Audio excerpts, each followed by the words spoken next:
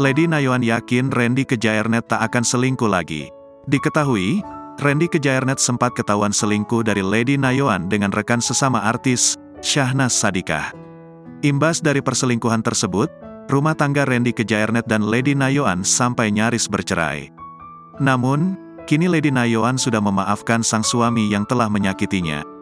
Bahkan, Lady Nayoan mengaku tak memiliki kekhawatiran lagi saat ditinggal syuting Randy Kejaernet.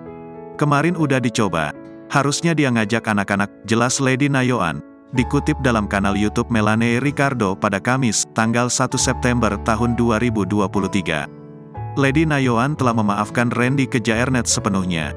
Ia pun menyinggung soal komitmen mengampuni sang suami. Sebagai istri, Lady Nayoan harus komitmen tak berpikiran negatif pada Randy Kejaernet setelah dimaafkan.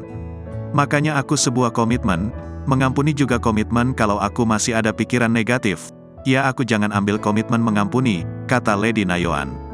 Kini, Randy Kejaernet dan Lady Nayoan sepakat untuk saling menjaga satu sama lain.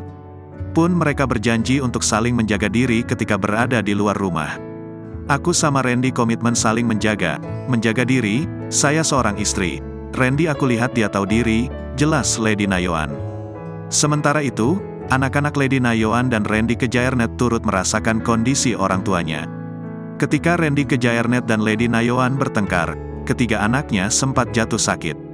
Pas kita kemarin lagi nggak baik-baik aja, mereka tiga-tiganya sakit, kata Lady Nayoan. Namun, seiring berjalannya waktu kondisi Randy Kejaernet dan Lady Nayoan mulai membaik.